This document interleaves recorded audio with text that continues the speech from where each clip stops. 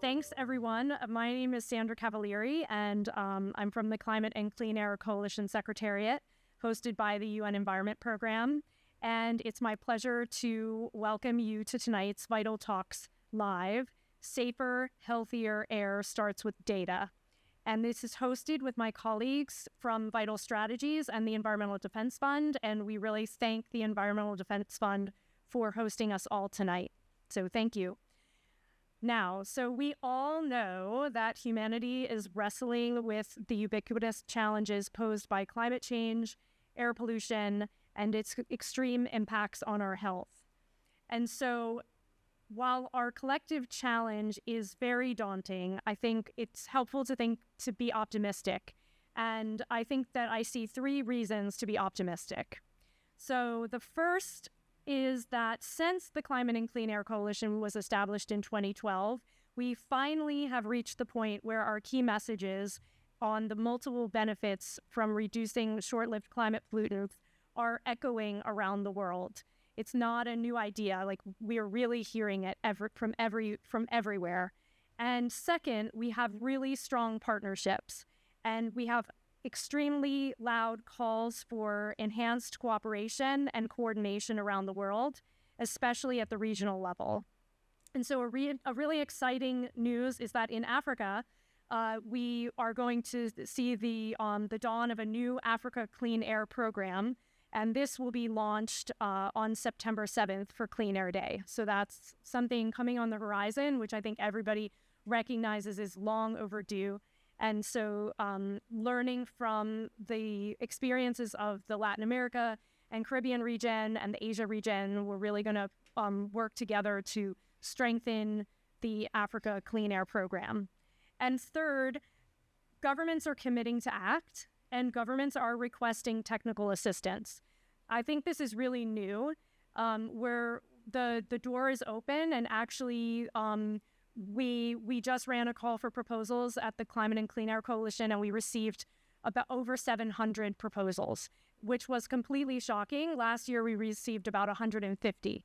So the word is out, and we also have over 87 countries that are partners in the CCAC, and those countries are also making specific requests at the national level for specific support, which we want to encourage more requests related to clean air. So I'm going to encourage you all to keep in mind reasons that you are optimistic tonight while you're listening to the discussion. We are focusing tonight on policymakers, on health practitioners, and on citizens, and how they can use more and better data to scale up mitigation and to realize the immediate benefits for public health, for ecosystem health, and also to bend the curve to slow the rate of global warming. So tonight, we're really pleased to be able to show two short films, both telling the story from different perspectives, and both are exploring data-driven work to improve air quality at the intersection of climate and health. After the films, we'll be joined on stage by Sumi Mehta, Vice President of Environmental, Climate, and Urban Health at Vital Strategies, and also Sarah Vogel, Senior Vice President of Healthy Communities at the Environmental Defense Fund, for a smoke-free fireside chat. And here with us tonight is Rafael Peralta, my colleague and the director of the UNEP Regional Office for North America.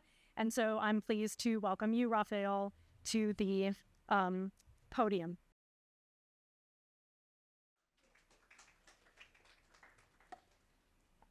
Thank you, Sandra. Hello, friends and colleagues. Pleasure to be here with all of you tonight. I'm new to this space, which is amazing. So thank you to the EDF for hosting us tonight. And thank you, of course, to Vital Voices for organizing this tonight. We at UNEP are pleased to host CCAC, the Climate and Clean Air Coalition, an acronym that I can never spell, but I think I got it right this time. They are, frankly, we think a pioneer example of how to do business in a different way and how to bring member states together with actors, activists, and partners. I have very long talking points that Sandra has prepared for me. I'm going to try not to bore you all, but I think when we talk about climate, about clean air, I think they tend to forget. We all hear these figures about how 1/3 of the world population is impacted by not having access to clean fuels and technology for cooking, how 6.7 million premature deaths are not or are a result of air pollution. The figure on the economic impact of 8.1 trillion. I actually like to think about it in a slightly different way and think, actually, every year we're having one COVID pandemic in terms of deaths that are happening. We're losing 2 Japans in terms of economic impacts. And this is, to me, it's a different way of looking at the reality of the impacts that we're seeing from air pollution. Obviously, air pollution data helps us grasp the realities of what we're facing. The hidden sources of pollution that CCAC is working on, and many of you, the ways in which it impacts our health, our economies, and the environment, of course. But also, I think, the way in which it can help us imagine a different, brighter future. Sort of how would the world look if the data was, with 5, I never know the figures, but 5, 2.5, or 5, whatever, or a much lower grade of impacts of PM 2.5, let's say.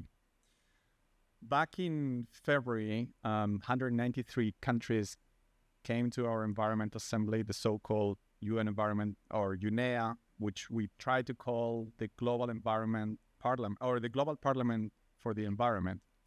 And as parliaments sometimes do, they managed to agree on something. In this case, they managed to agree on a resolution to create new partnerships, a new global regional action on climate air. It's hard to imagine that member states, that some of which are literally fighting as they were negotiating, were able to agree on something like this. And yet the resolution went through, in part thanks to the good work of our colleague Alexandra. And today, that resolution is a demonstration of how partnerships have a tremendous power to promote regional cooperation, to turn the tide. We are seeing great examples, of course, of partnerships improving air quality around the world, and data being at the center of that, and examples like the Clean Air Catalyst at USAID and the global partnership of organizations led by the World Resources Institute and the Environment Defense Fund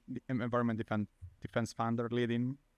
And this Clean Air Catalyst project by USAID and others is using novel data to impact approaches to tackle the root causes of clean air pollution in 3 cities, in Indore, India, in Jakarta, in Indonesia, and in my beloved Kenya, or Nairobi rather, the capital of Kenya, where I used to call home a few months ago.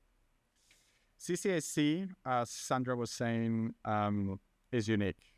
Frankly, I like to say that it's living proof of how multilateralism can deliver to address what we describe as the triple planetary crisis of climate change, the crisis of biodiversity loss, and the crisis of pollution and waste.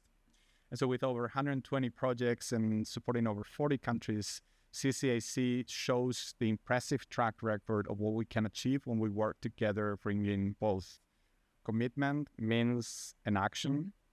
At the core of what they do is working in these nexus areas where there are co-benefits, obviously for health, for the air we breathe, and for climate change. And central to their efforts is what they've been doing on methane, which obviously has tremendous climate change impacts, and we've all heard about that, but obviously has also critical health nefarious effects. And I'm sure you've heard some of these figures, but methane itself, or cutting methane, could each year result in about 255,000 fewer premature deaths, could enable us to avoid related hospitalizations for up to 775,000 asthma patients. We could save 73 billion hours of lost labor from extreme heat and 26 million tons of crop losses globally. And the good news is that we have low-cost, feasible, practical solutions to cut emissions from the most dangerous short-lived climate pollutants, including reducing methane emissions by 40% and black carbon by up to 70% by 2030. And we have seen how strong science, such as the Global Methane Assessment, can drive political action, like we have seen with the Global Methane Pledge. And we're delighted that CCAC is now providing a secretariat to the Global Methane Pledge, and that they're also leading a support system to assist countries in taking action in this space. This year, unfortunately, we say every year is critical. I think it's critical for two reasons. On the one hand, I think we need to try to break the impasse of lack of funding for air pollution. It's always shocking to hear that only 1% of international development aid goes to the air we breathe, goes to the one thing that enables us to sustain our lives. And we also think that this year is critical because countries are working on their new plans under the Climate Change Convention, the international determined contributions that they have to submit to the UNFCCC COP. We all have to put our forces together to help countries raise ambition to address methane, black carbon, and HFCs in their NDCs, as well as to publish their methane roadmaps and get them financed to turn ambition into action. And we at UNEP and CCAC, under the Clean Air flagship program, we will be working together, as you heard Sandra mention a minute ago, to address the implementation of what we describe as this Africa Clean Air Program for Breathe Africa, and the development of the Air Quality Management Exchange Platform in response to the resolution that I mentioned a minute ago. So let me hand it over back to Sandra to introduce the films. Thank you.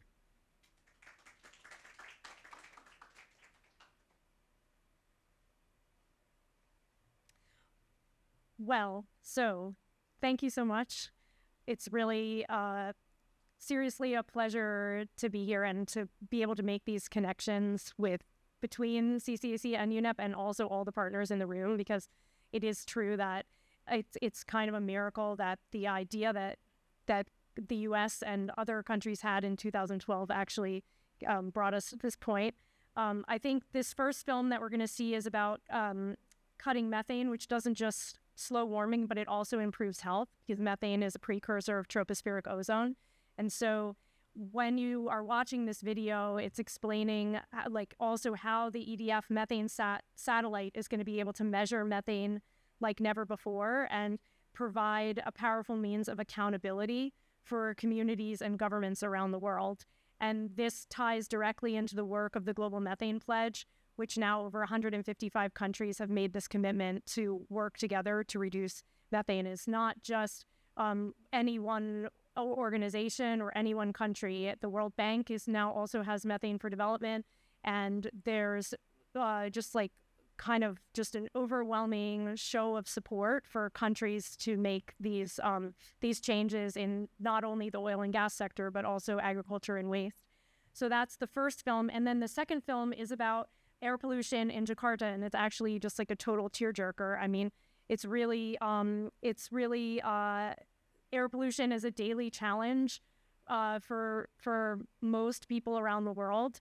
And we live in a very privileged place here in Washington, D.C., where we almost never have to consider the air we breathe. But I think really we all ended up in the role that we ended up in to really fight for people who are in a totally disadvantaged place. And so I think that we're really speaking for them, and we're really trying to figure out how we can solve the problem and actually collaborate with each other to make things faster to improve their air quality. So I really love the second video is very powerful. So with that, I think we should just watch them. Welcome Sumi and Sarah to the stage. We've just seen the two films that your organizations have developed with this shared mission of working at the intersection of air quality, health, and climate. And these two projects are really, one is focusing on the local, one is focusing on the global, but they're both with the same principle of that we can't act on what we don't measure or what we can measure. And so that's what we're here tonight, is to talk about data and data to action.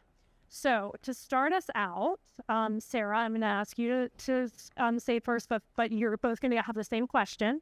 I'd like to hear from each of you on some foundational questions. So The question really is about why. Like, why are you investing in data, and what kind of data is needed? I mean, if you go outside in Jakarta and every day you're confronted with this, well, Sarah, you're first. So if you see all of these, all of this infrastructure for oil and gas, like how do you, where do you stop between data and action, and sort of what factors led your teams to choose the approach that you took in the film? Yeah. Well, so like you started, there's that adage that you can't manage what you don't measure, right? And so EDF's a science-based organization, and so we've always believed that we need to understand multiple pollutants, their sources, right, their impacts, as a key foundation to anything that you're going to do. I think most people know why methane, but and the good news is that film was made, I guess, last year, and on March 4th, I think it was, we successfully launched MethaneSat.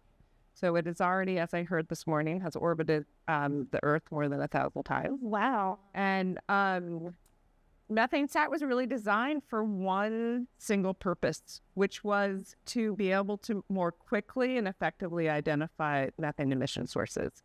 And I think that's an interesting kind of model, where it was, we need data that's going to actually help us hold accountable to these commitments that we're seeing. So everything from the Global Methane Pledge to the oil and gas decarbonization charter, where you've got, I think it's 50 oil and gas companies that have committed to cutting their emissions and reducing flaring significantly. So now we have to hold people accountable, right?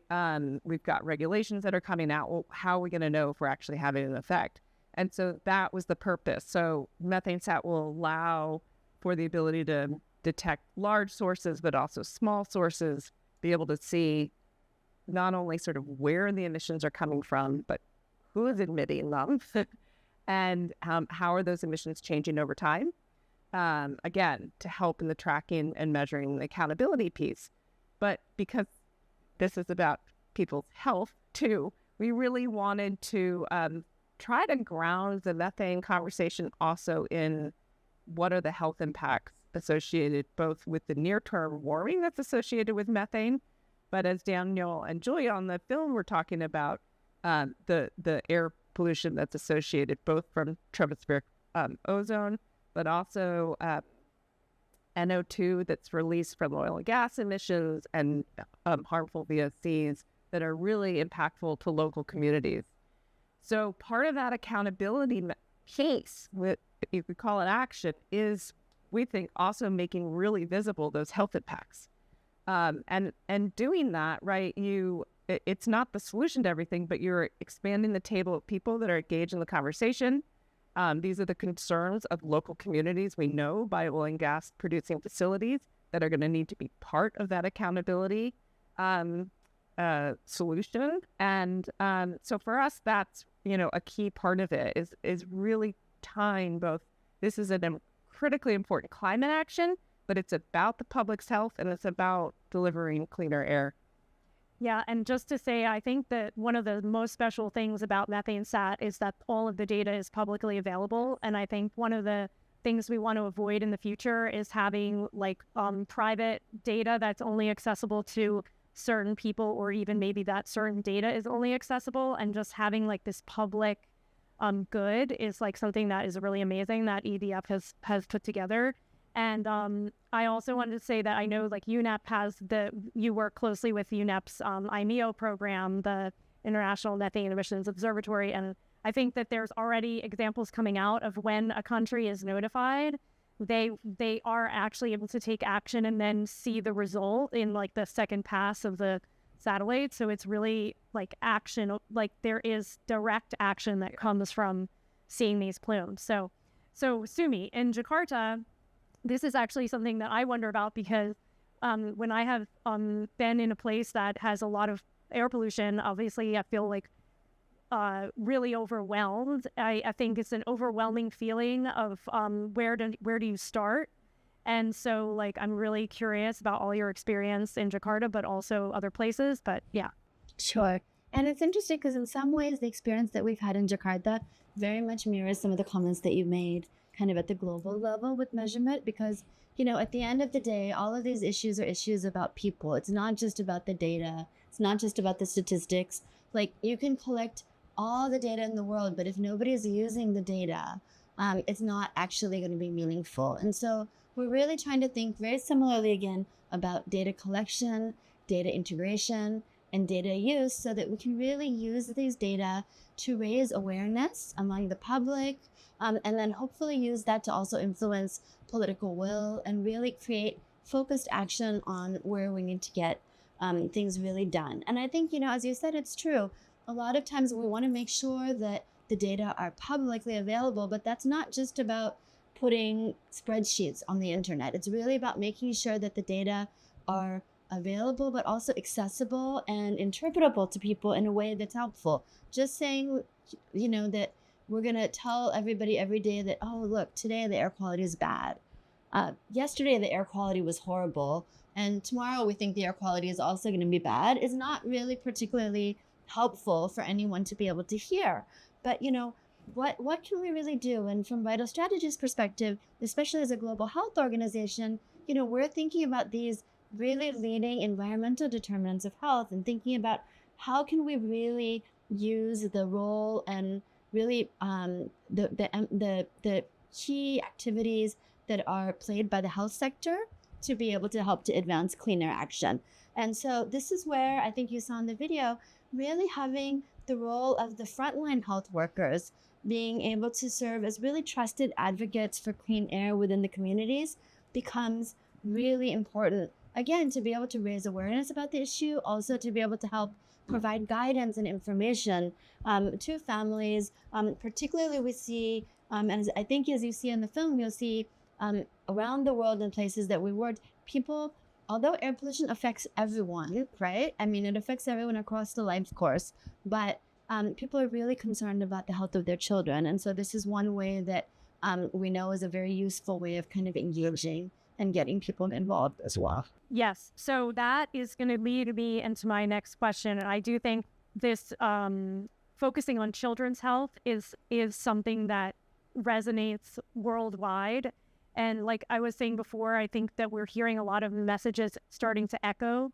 And you hear the same expressions if you're in like a disadvantaged community in a in Nairobi, and in the same next step, you hear the same conversation in the street of London. So I think that people are really caring about their kids and their health, and also adults, we should also be caring about our health too. So I think there's a growing recognition that the climate crisis is a health crisis.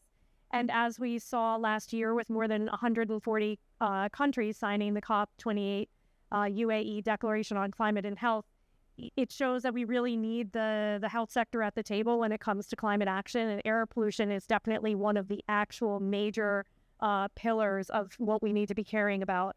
And so how are your organizations integrating climate and health?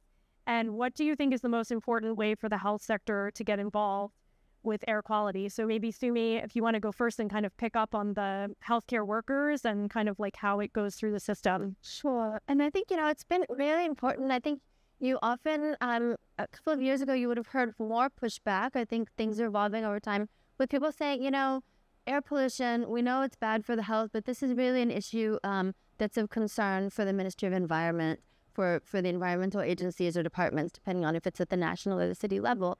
But the same thing was said many years ago when you're thinking about other kind of other very important leading determinants of health, right? If you think about tobacco, if you think about road safety, if you think about other risk factors, there's a real critical component and role for the public health sector there that we can think about. And I think first and foremost, it has to do with making sure that we are using and finding ways to engage the health sector in the ways that make sense. So patient guidance, being able to raise awareness within communities, but also, as we discussed, making sure that we collect data on critical aspects of, kind of environmental determinants of health, for air pollution, not just the respiratory diseases, but also cardiovascular disease, which is really increasingly the leading the leading kind of health outcome that we worry about for people, how can we then start to collect these data in a way and also integrate that with data that we have on air quality in a way that really shows us what the impact is on communities, and increasingly also being able to use this to also really focus in on who are likely to be most vulnerable, and really thinking about this from an equity perspective as well, because we can use these data to start to really kind of hone in on, where are the places where people are experiencing higher levels of exposure, either because they are living in more proximity to high sources of pollution, right? Where are places where maybe the pollution levels are the same, but people actually don't have the economic means to be able to mitigate their exposure either through, air filters and things like this. And so even at the same level of pollution, people are not able to kind of protect themselves. Really thinking about how our cities are being planned as a result to make sure that whatever we're doing to improve air quality, we do it in a way where we can really kind of try to reduce those disparities, I think is very important and a role that the health sector can help to play. Yeah, and on that note, I think there's also like a tremendous amount of cost savings that governments who have public health systems can save money when they take care of their patients before the problem. So I think those costs need to be calculated and like considered in this cost benefit analysis. Absolutely. And I think now we're at a point where, it seems like we're too far along the road to say that we need to see only what the impact of air quality is on health and economics, but really moving more pragmatically to say, what are going to be the benefits of these actions that we can take? Yeah. Yeah. And so, Sarah, from your perspective, I can actually jump right in on that, because first I should just say that the work that Vital Strategy does with community health workers is so wonderful. And it's seeing that video again and watching that healthcare worker's name, I'm sorry, I'm forgetting, just the way she's talking about, you could really see all the training that she had had. It was really wonderful.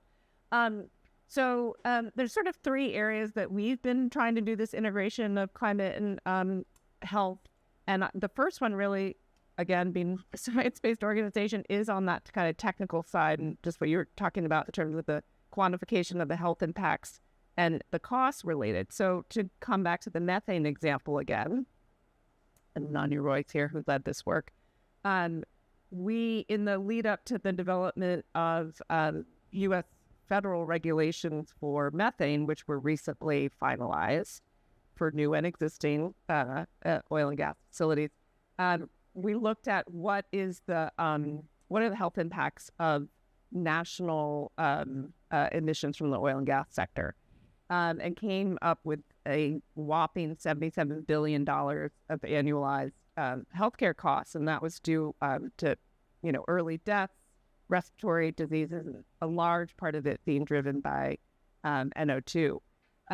That kind of assessment was also kind of fit for purpose, right? It was trying to focus in on the regulatory structure, thinking about, those arguments for how do you actually support a strengthened rule, and obviously what will come, which is going to be a lot of challenges to that rule.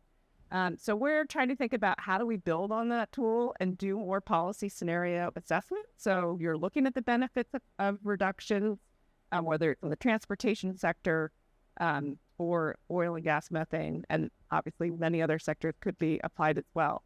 That requires the integration of a lot of health data. So that's where that kind of bottom up into these models is really powerful. The second area that we've been working in is trying to change the conversation, like many have, and you guys both have been trying to do this around climate and health. And so we our foray in, because EDF was all about methane all the time, was to bring health there. And we started back at COP27 to really start this conversation and try to amplify it, and held a number of dialogues among different stakeholders in the major sectors of methane emissions to think about what are the possibilities for really promoting health through different strategies for methane mitigation. So again, it's bringing the public health folks to the table. People who literally, it's old silo breaking, but it really, that it really needs to happen. And then doing that also at the local level. And we're doing that now in Mexico. Again, it's an example on methane, where we're bringing kind of public health officials, scientists who understand where is the available health data, community leaders who are thinking about what are the health concerns, like what are the outcomes that would actually move the politics, and could we develop kind of a research landscape on that? So it's a very kind of collaborative. Let's bring everybody together to figure out what's the data that we need to drive action, what's available. And then just quickly, third is really in the policy space, and this gets at your equity point, which is we've been, and this is domestic example, using, data that's showing air quality, health impacts, the underlying sensitive populations to policymakers to help them think about how do you design a more equitable policy or intervention. So, for example, around things like deployment of heavy-duty electric vehicles in areas where not only do you have high levels of pollution, but you also have very sensitive populations, so that when you're actually putting in your infrastructure, when you're putting in those trucks, you're having a hopefully more equitable outcome. And how do you take those types of approaches where you're integrating all that data to try to design policy in a more equitable way? So, yeah, I love that. There's a film called Asthma Alley that many of you may have seen a few years ago, where it was actually really shocking. I watched it with the American Lung Association, and they had a panel of doctors afterwards. And the number of children that are dying of asthma in the Bronx of New York, on such a regular basis, kids are dying. And I never really have heard anyone say, oh, we should target electric heavy-duty vehicles in the Bronx on those roads in particular. That's where we should have the infrastructure. But that is clearly where we should have the infrastructure. Yeah. That is such a horrifying reality that is never in the news, and it's completely shocking that kids would have to be living like this in New York City. And there are great groups doing work there, and we've done some data visualizations with them, and also some visualizations about and assessments about, just as a total aside, the number of warehouses at a state level, and what's the demographic characterization and pollution characterization around these warehouses, which are just truck magnets. And in New York City, it's 1 in 3 people live within a half a mile of these mega warehouses, and that area in the South Bronx is incredible, right? Because you've got multiple highways, multiple bridges, you have these big facilities. But just a shout out, there's a great group called South Bronx Unite that's doing amazing work to try to do that kind of clean energy investment in their community.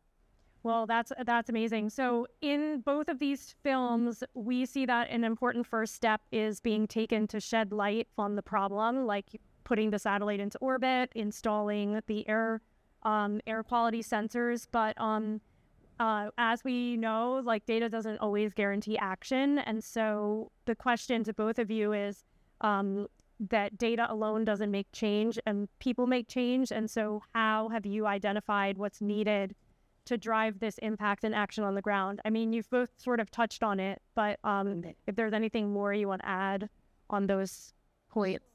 I think, one thing that we have to remember, it's really great in a way to kind of connect a lot of the global momentum, the national level clean air action planning process that are happening with actually what's happening now. Increasingly, we're seeing cities as agents of change, and really being able to think about how this really affects directly communities. How can we really use the data to really redirect many times public awareness, so that people are not just focusing on something which is kind of a little bit vague and hard to wrap their head around with respect to air pollution and climate, but really thinking about, what are those leading sources of kind of pollution that it's affecting climate in the long term, but how is this affecting us now? What are the leading sources that we really need to focus on? Who are they affecting? How can we really use this to focus more so that they get kind of targeted so that even the political will to actually act also increases. And then trying to think about, what you can do to really chip away at those things in the short term. But I think that we've seen amazing examples now of, cities really becoming, using, and always always using data, and most effectively many times also integrating that use of health data to be able to connect and say, look, this is why this is a challenge that we're facing. We need to change the trajectory. We need to figure out what we're doing as a city, and we need to do it in a way that we can actually have measurable impacts. So, I think we're talking mainly about Jakarta here. There are many other cities where you've seen examples of the health sector getting engaged in different ways. There's a nice little website that the Clean Air Fund helped us to set up, actually in preparation for COP, but again, connecting the kind of global advocacy efforts with what's happening on the ground. So if anybody wants to have a look at that, we can also share the link for the website too. It's cleanairforhealth.org. And you can actually see examples of not just Jakarta, but what do they do in Beijing to really focus on air quality actions that improved air quality, where they could actually see measurable benefits. What are they doing in Accra? What are they doing in Kampala? What are they doing in cities really, Barranquilla, around the world, to be able to really see the change that can be impacted. And again, as you're saying, using data, but also using it in a way to really demand that the leadership of the community actually takes action. Yeah, so I think that is really excellent, like this thinking of like step by step, and what do you actually have to do, and thinking of the air quality manager or the public health official. They're getting to their desk, they're sitting down, they're doing what they have to do, but like how do they take it to the next level? And this is something that we're really trying to create a one UN voice around an air quality management guidance platform. It's going to be called AQMX, and we're hoping to kind of like bring everyone along with us and share these best practices, but also your guidance that you guys as organizations are giving out now, and kind of like combine your guidance with, guidance from WRI, guidance from WHO, guidance from UNECE, guidance from UNFCCC, guidance from PAHO. Like, let's find a way that we can really all work together. I think that's the only place we're at, is honestly is figuring out how we can work better together. Nice to add. Yeah. It's really interesting because when we've done a lot of these projects to measure and monitor air quality at a pretty local scale. And for years, the first question that cities and communities would come to us with is like, what sensor should I buy? Yeah, that's going to be in this website. This is going to be in the platform. Would flip it back and say, well, what's the question you're trying to ask? So this gets at the action part. So, I mean, just like data and information is necessary but insufficient, we know the same is true with policies. I mean, you could have policies on paper that are as valuable as the paper that they're written on, or the computer screen or whatever, So we've been playing with this kind of continuum of the data to action continuum. Really, it's not linear. I would say EDF's evolution has been really trying to figure that out in real time. And I think there's like 5 big components to it, which is you need the data. Right? And what's the data that you need is going to change, right? Is it multi-pollutants? It is a single methane satellite. It is the health impacts, the underlying population. You need the capacity to use it, right? You need to digest it. You need to be able to understand it. You need people who can work that data. And you need some kind of policy mechanism that's either a pull for that information, right? So it's like it sees the value of that. So you're asking the questions, and again, this is a very dynamic situation. Then, of course, you need resources. You always need resources. That's kind of creating this whole cycle. It's maintaining your information network, and then really the hardest, like most mercurial one, right, is you need political and public support. And one of the things, and this comes back to the important point you raised at the beginning, Sandra, which is transparency and public availability.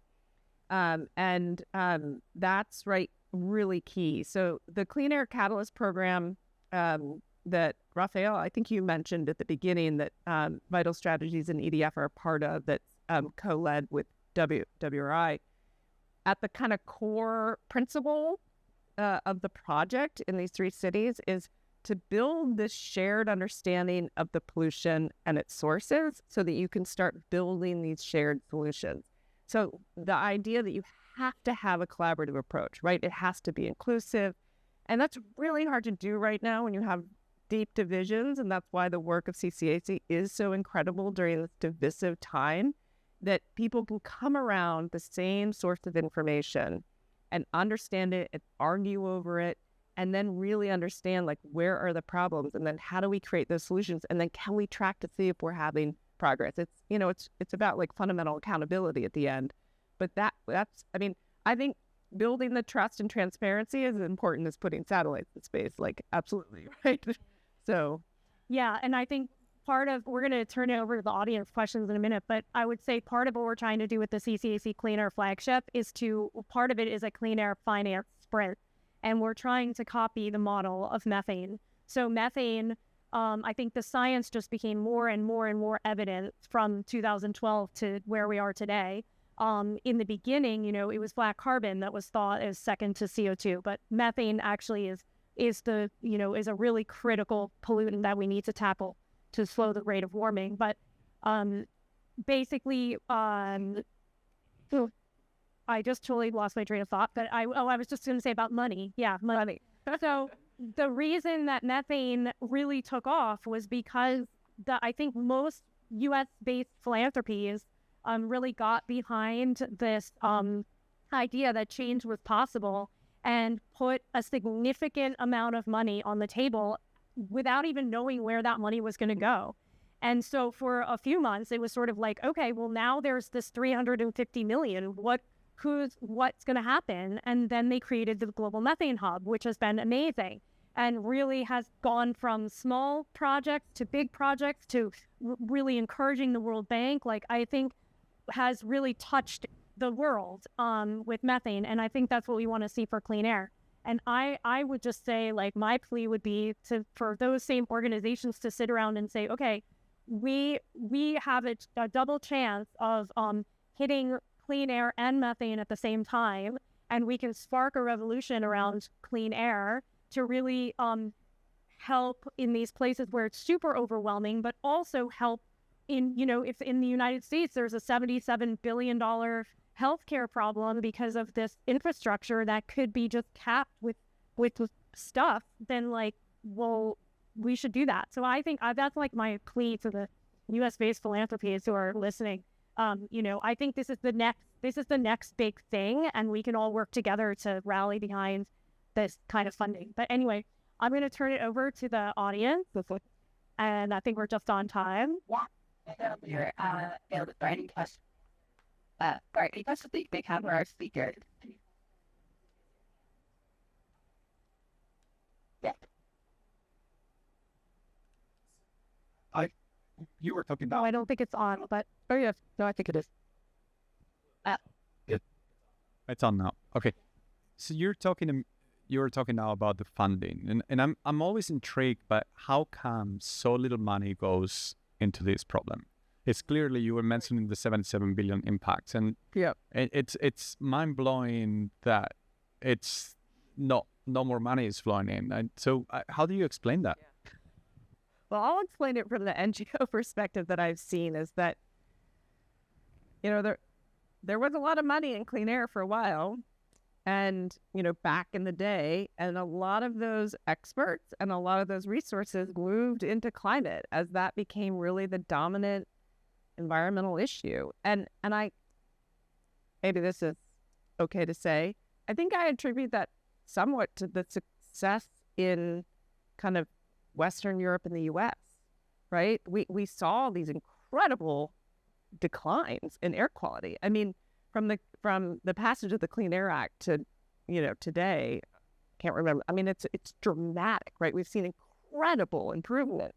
And so I think that was a little bit, and philanthropy does, it's like, well, we fixed that problem, right? And then climate was the big issue.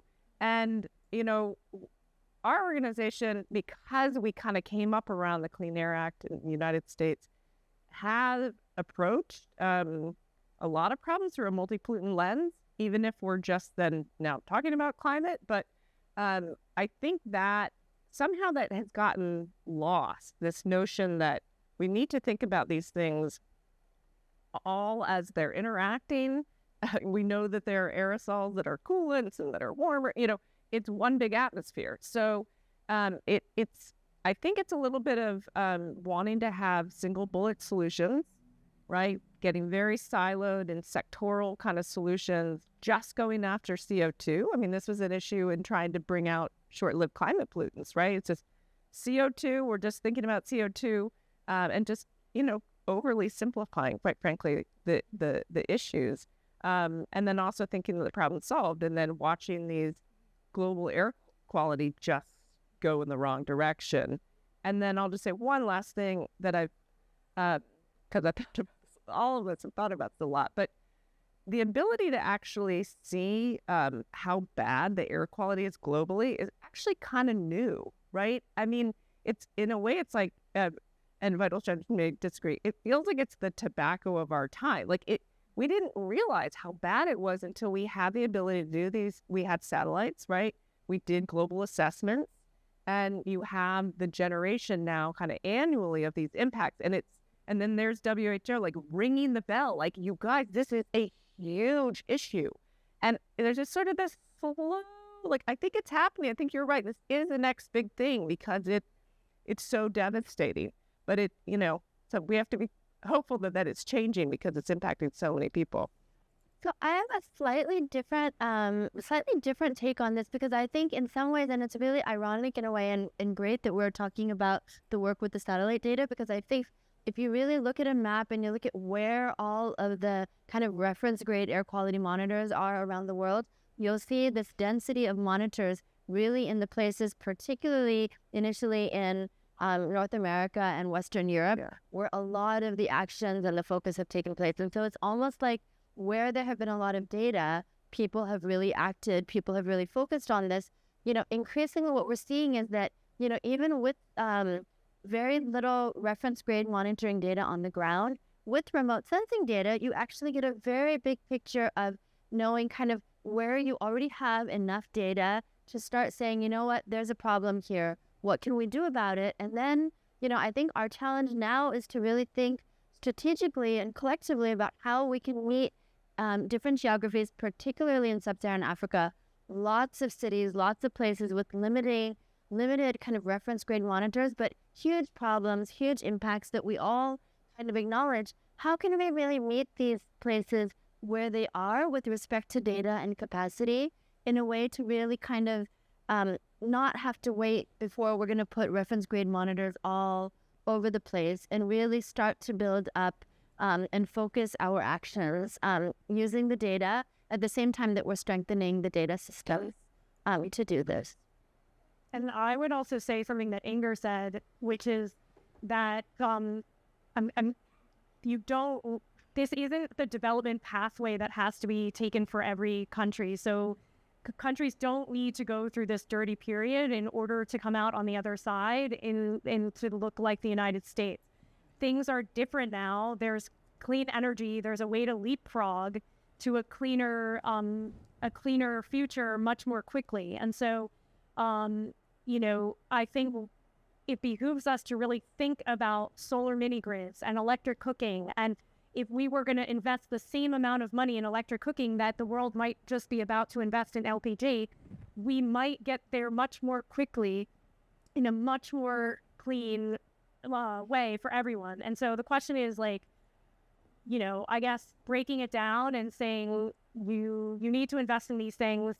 You don't need to go through a dirty period in order to get to clean. Well, and I think pragmatically too, for governments of rapidly developing places, you actually don't have to make sure that you can clean up your environment at the expense of economic development. And I think that is something that a lot of governments are worried about. We see so many examples that we can share. You can definitely work to improve your air quality for health, for climate benefits without having kind of a decrease in economic development, which of course is something which is a major priority. So, Yeah. no, there we go. Well, thank you so much. This has been really, really informative. We're starting to see countries that are updating their NDCs, nationally determined contributions, incorporating short-lived climate pollutants into that. From the data that you guys are gathering, how can we make sure that gets in the hands of the right people to incorporate that into their updated NDCs? Yeah. It's a good question. It's a question that I've been wrestling with. The Global Climate and Health Alliance had done a report that looked at all the countries' NDCs, right, to see if they had talked about the health impacts of their commitments. And everyone talks about how, and this will improve people's health, and then it stops there. It's just like literally qualitative statements.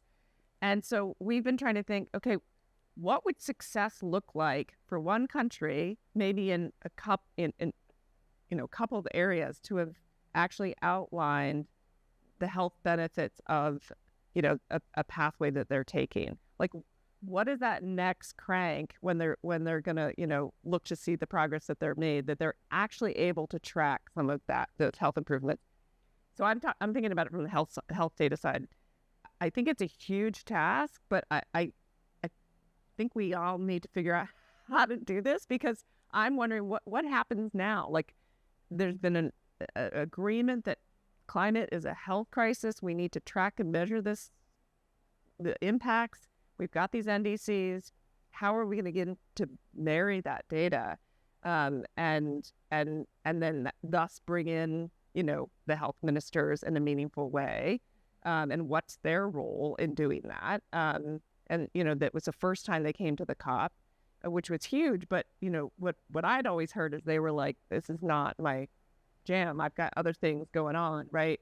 And so I don't know if you all have thoughts about what that next phase of engagement with health ministers and getting more refinement behind those NDC commitments. Yeah. And I think it's really important, because the first step, of course, is just showing up, thinking about how it's important. I mean, that is a critical first step, and I think that we should definitely celebrate that. But I think being able to then also bring the health sector to the table to say, okay, how are we going to measure? And again, it gets back to the data, right? Okay, we're going to talk about these. What are the indicators that we're going to use? Who's going to be responsible for measuring them on a regular basis? And, how can we kind of, leverage resources so that we're not having to put out yet another kind of routine survey, but really piggyback onto what we have ongoing.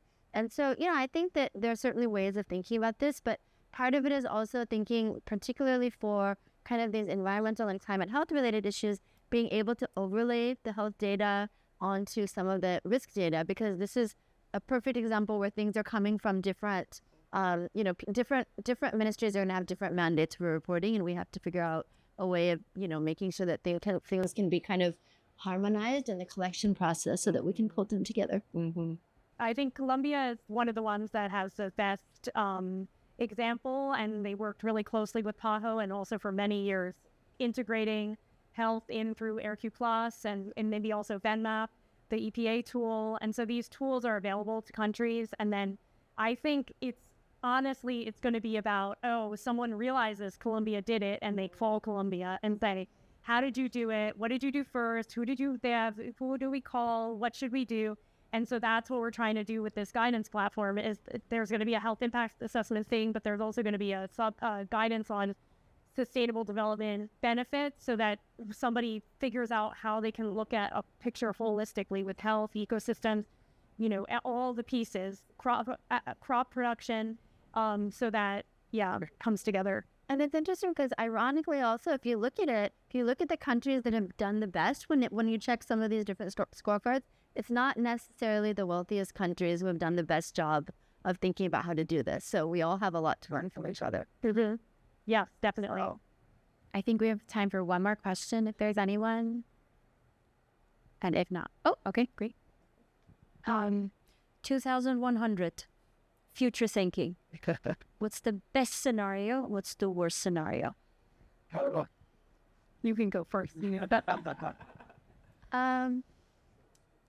So that's a great, it's a great question.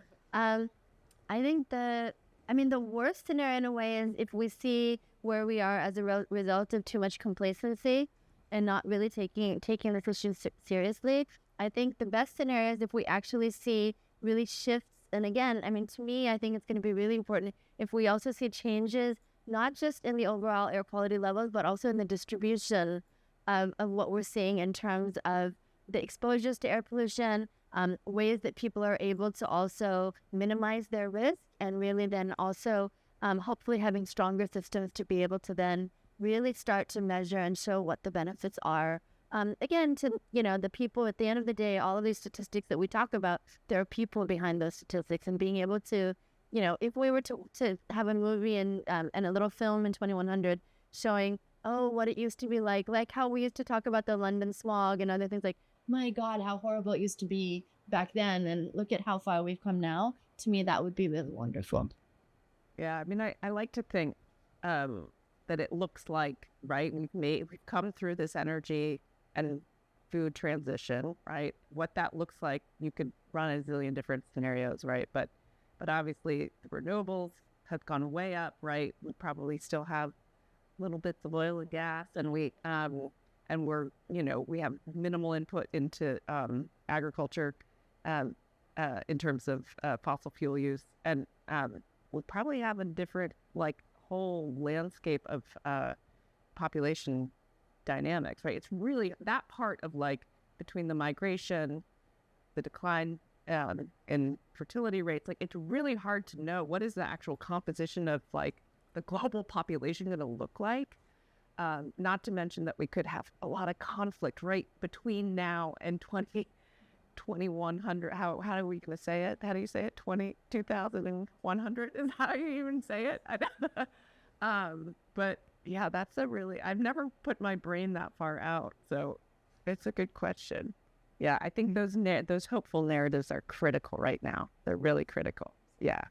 And we are really coming so far. I think even within the world of the people who are trying to make a difference, even though there are still scarce resources and there's still reason for competition, I think competition is completely out, and cooperation is totally in, and also sharing as much as possible. And so I hope I'm not too much of a Pollyanna, but I've been sitting in the same chair since 2012, and I can tell you it's totally, totally different.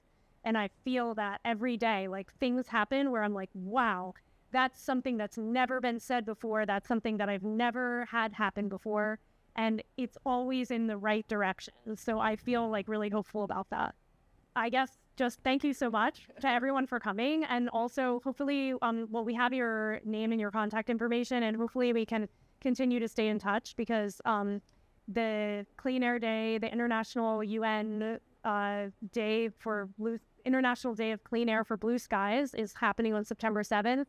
And this is a day it's the 5th anniversary of the day. The day was kind of happened really quicker than all other UN days, because Ban Ki-moon was actually the one who was supporting it going through the UN General Assembly. So we're really lucky to have the day, and we need to make the most of it every single time it comes around. And this year it's the 5th anniversary, and so we're pushing really hard. We have a lot more people on our side working on it now, and so we're going to be pushing people to really have events, celebrate the day, show what's happening in their space, and so I would look for that.